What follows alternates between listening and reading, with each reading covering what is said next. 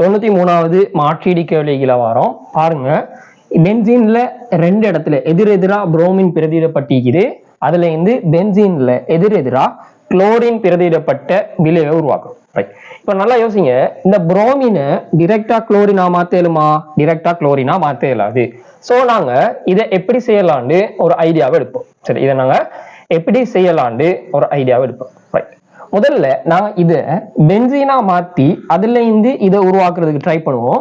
So நான் இதை முதலாவது ஒரு பென்சீனா மாத்திரத்தோட நாங்க பின்னுக்குள்ள ஸ்டெப்பை பார்ப்போம். முதலாவது நாங்க இதை பென்சீனா மாத்திக்கிறோம். பென்சீனா மாத்திரத்துக்கு இந்த 2 புரோமினுமே இல்லாம ஆக்கணும். அதுக்கு இதை நான் ஒரு கிரீனாட்டா மாத்தி Mg உலர் இதர் போட்டு கிரீனாட்டா மாத்தி அதுக்கு H+H2O போட்டா டிரெக்டா அந்த இடத்துல பென்சீனை நாங்க உருவாக்கி கொள்ளலாம். முதலாவது நான் போட்டுறேன் பாருங்க. மெக்னீசியம் உலர்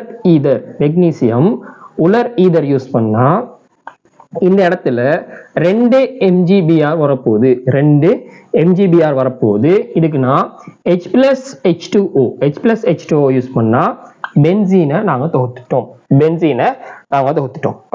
இப்ப இத குளோரின் மாத்தணும். 2 குளோரினை நாங்க டிரெக்டா எப்படி ஏத்துறது? முதலாவது ஒரு குளோரினை நாங்க ஏத்துக்கொள்வோம். அதுக்கு Cl2 நீரற்ற FeCl3 அதை நாங்க யூஸ் பண்ணா பென்சீன்ல ஒரு குளோரின் ஏற்றம் நடக்க போகுது. குளோரின் சொல்றது ஏவலகற்றும் ஓத்தோபரா வழிகாட்டி. சோ இந்த குளோரின்ல பென்சீன்ல அடுத்த பிரதியீடு செஞ்சோம்னா அடுத்த கூட்டம் ஏறுறது இந்த ஓத்தோ தானங்கள்ல அல்லது பராதானங்கள்ல ஏறும். எங்களுக்கு இந்த குளோரின் சார்பாக பராதானத்துல இன்னொரு குளோரின் ஏறிக்குது. சோ நாங்க டிரெக்டாவே குளோரின் ஏற்றிக்கொள்வோம். குளோரின் ஏத்துறதுக்கு Cl2 நீரற்ற FeCl3 யூஸ் பண்ணா டிரெக்டாவே எங்களுக்கு இந்த இடத்துல குளோரின் ஏறப்போகுது. சரியா, இது எங்கட வே 1. இது முதலாவது வே. ரெண்டாவது வே எப்படின்னு நாங்க பார்ப்போம். எங்களோட ரெண்டாவது வே எப்படின்னா அதுமே அதே மாதிரி ஒரு வே தான். இந்த புரோமின் ஏற்றப்பட்ட இந்த பென்சீனை நாங்க தனியான ஒரு பென்சீனா அதாவது எந்த தொகுதியுமே இல்லாத ஒரு பென்சீனா நாங்க மாத்துவோம். மாத்திட்டு இதுல இருந்து கொஞ்சம் டிஃபரெண்டான ஒரு ஐடியாவை எடுத்து செய்ய போறோம். அது எப்படின்னு நான் பின்னுக்கு ஒரு ஐடியா எடுத்துட்டு வரேன். அந்த மாதிரி நாங்க செஞ்சுட்டு போவோம். முதலாவது இதுக்கு முன்னுக்கு உள்ள விளைவு இப்படியான ஒரு விளைவாக இண்டிக்கணும். N2+Cl- இந்து அதுக்கு நாங்க CuCl யூஸ் பண்ணா இந்த N2+Cl- ஒரு குளோரின் பிரதியிடப்பட போகுது. சோ இதுல இருந்து இதை தொகுக்கிறது தான் எங்கட ஐடியா. முதலாவது இது N2+Cl- இண்டிக்கணும்டா இதுக்கு முன்னுக்கு இந்த விளைவு இது NH2 இண்டிக்கணும்.